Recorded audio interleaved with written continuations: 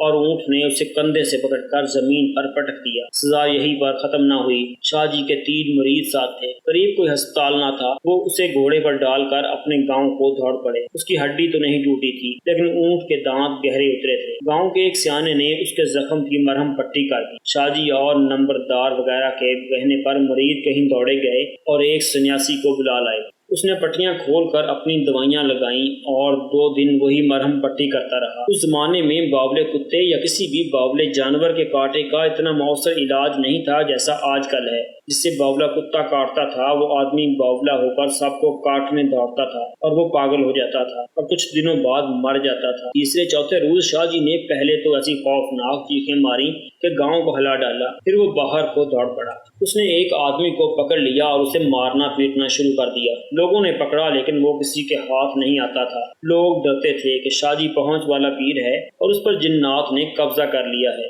سنیاسی نے سب کو بتایا کہ یہ تو باولا ہو گیا ہے، اس کا وہی علاج کیا گیا جو دیہات میں کیا جاتا ہے۔ کئی آدمیوں نے اسے چارپائی پر گرایا اور اس کی ٹانگیں اور بازو رسوں سے چارپائی کے ساتھ باندھ دیے۔ وہ چیختا اور دھاڑتا تھا۔ اس نے 3-4 راتیں سارے گاؤں کو جگائے رکھا۔ ایک رات اس کی چیخیں خاموش ہو گئیں۔ صبح پتہ چلا کہ وہ مر گیا ہے۔ سنیاسی صبح سویرے چلا گیا تھا۔ کہتے تھے کہ شاہ جی کی بیوی نے سنیاسی سے کہا تھا کہ شاہ جی کے منہ میں زہر ڈال دے۔ سنیاسی نے زہر دے دیا ہوگا، اسی لیے وہ صبح سویرے چلا گیا تھا۔